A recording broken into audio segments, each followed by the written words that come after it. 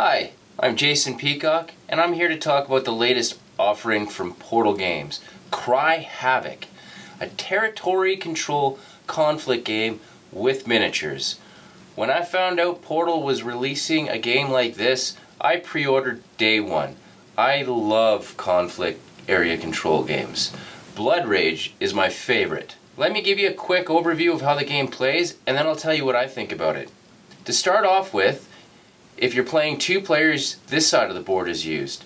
If you're playing 3-4 players, then this side is used. The board has listed underneath the names of the places how many starting crystals, Trog, War Party, or Nest tokens, and these Explore tokens start out.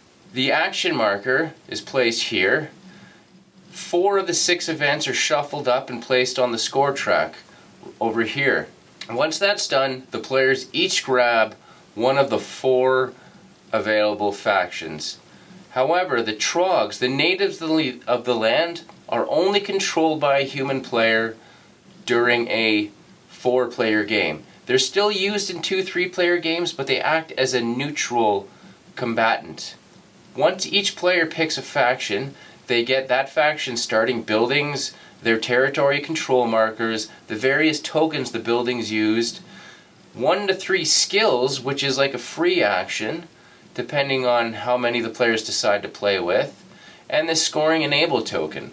When all of this is set up, the game is ready to begin. The first thing that happens is this event token is flipped up, and the players do whatever it says on it. It could be to add guys to existing places on the board, to take guys away from places on the board, and other things like that. And each player draws 4 cards from their deck.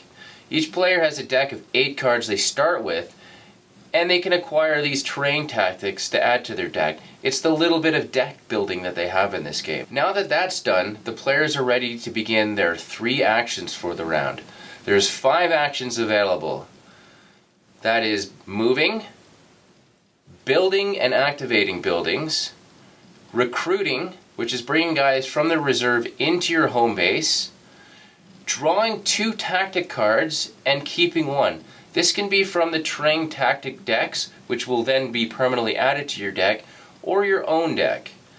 And the final action is to enable scoring. There's 1 card in your starting deck.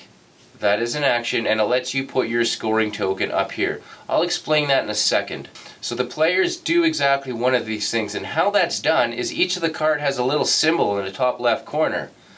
They can't mix and match their actions, but they can get rid of as many cards as they want, and for every logo of the type, they get to do that many. For example, if I got rid of these 3 cards, I could recruit 4 guys. Or if I got rid of these 3 cards, I can move 5 guys. I can move 5 guys 1 space, 1 guy 5 different spaces. So play goes around and around like this, moving and bringing guys onto the map. And then once that's all done, combat begins. If you're moving into a territory that has an opponent, then you put one of these battle markers underneath one of the attacking figures, and then that province is locked out. You can't move people in or out. You can't add tokens. You can move people out if you have more than double the forces of the attacker. That's the only exception. Once the actions are done, we're into the battle phase. We go around, and starting with the lowest number, in sequential order, they do a battle. The attacker takes his minis, however many are in the combat, and they put them on these 3 spaces. This top one is majority control. Whoever ends up with the most people here gets control of that place. They can put one of their control markers. Ties go to the defender, however. This middle spot is taking prisoners. The majority here takes 1 prisoner from anywhere else on the battle board. If there's a tie here, nobody takes any prisoners. Prisoners are cool because they end up giving you 1 point per prisoner in your control after the battle round. And then finally, this is attrition. For every guy you have on this section, you get to kill one of the opposing. Now, it seems straightforward, but this can really be shaken up with cards from your hand. In addition to giving you move and recruit and build options, they also offer you a little, they can be played during a battle. Not every card, but a lot of them. And they are things like moving one guy from one battle objective to another, forcing an opponent to move off of one battle objective and move to the other, doing it in reverse order, starting with the attrition, working your way up. The combat goes around until they're all done. And then, like I mentioned, players score points for every prisoner they've taken. Additionally, players have the option of sacrificing 2 of their own victory points to take a prisoner back. Once that's done, if scoring was enabled, then the person who enabled the scoring gets the 1 point for every one of the territories under their control. And then everybody gets 1 point per crystal in the region they control. And this is where the Mission Red Planet comparison comes from. Just like jumping down onto Mars and having majority in places, you're going to get points based on how many resources are there. But that's pretty much where the comparison with that game ends. This round that I've described goes 5 times. There's 5 rounds and then the game ends. There is a runaway leader alteration where if somebody's score marker surpasses an event before it's flipped over, then that event gets booted down to the next one, essentially reducing the game by a round. So, that's a very quick description of how the game plays. This is such a tight and constricting game. There is no room for error. You've got 3 actions over 5 rounds, sometimes 4 rounds. That is 12 to 15 things you're doing over the game that's going to decide if you win or lose.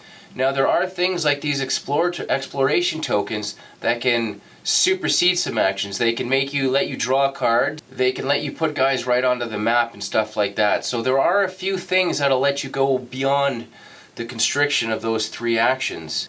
And I admit, I would like to see a variant on this game where you have 4 or 5 actions. You just always want to do a little bit more. It sucks when you've got to, spend a whole action just to enable scoring. And you don't get to move anyone, you don't get to build anything. That being said, that's the game. That's how this game is made to operate. It's got that Neuroshima Hex tightness to it. And Michael Oritz, the designer of Neuroshima Hex, had a big hand at this game, so that doesn't surprise me. But I like how every decision matters. And yes, you only have 3 actions around, but you have the option of getting rid of as many cards as you want. So you can move 10 dudes if you want. All in all, it feels like the perfect length once you're done. Even though it's constricting and one false move could, end it for you. It just works. The game length is perfect. The 2-player game in this plays awesome. That's what I love. I like Blood Rage more than this game, although I do really, really, really like this game. I love this game. Don't get me wrong. But I like the 2-player in this more than I like playing 2-player Blood Rage, and that says something. Played this half a dozen times, and nobody has disliked this game that's played it. Everybody walked away liking this game. I taught my wife this game, and the next day she said, "Hey, can we play that game again?" That's big time points for me. This is a keeper. It fits right into the family with Kemet, Blood Rage, El Grande, and Mission Red Planet. I love, love, love the battle system in this game. It is so unique. It's really intuitive and fun. And even if you don't have enough guys to take control of the territory, which you get 2 points for when you do win the territory control objective, or area majority objective, whatever it's called, then you still have a chance at affecting the outcome in a different way. You can still get points for prisoners, and you're weakening his army. You can just straight up kill guys by throwing them into the attrition. So it's like there's consolation prizes, even if you don't have the troops to full on take the place. I love it. It's the best part about this game. People that want more openness and freedom in their game might not like the constriction of Cry Havoc. If you compare it to a game like Blood Rage, you can do tons of stuff on your turn. You can really control how your turn plays out. In Cry Havoc, it's 3 actions, do your best with it. That's going to turn some people off. And before I played it, it was scaring me a bit. But I would love to see an expansion or a variant, an advanced variant or an epic variant where the turns can be longer. I think that would be really cool to see. Thanks for watching. Thanks so much for watching the Dice Tower videos. Find more great videos and reviews as well as our top-rated audio podcast at Dicetower.com. You can also find other great shows at Dicetowernetwork.com. I'm Eric Summerer, and you've been watching The Dice Tower. The Dice Tower is sponsored by Cool Stuff Inc., where you can find great games for great prices. Cool stuff in stock. Check them out at CoolStuffInc.com.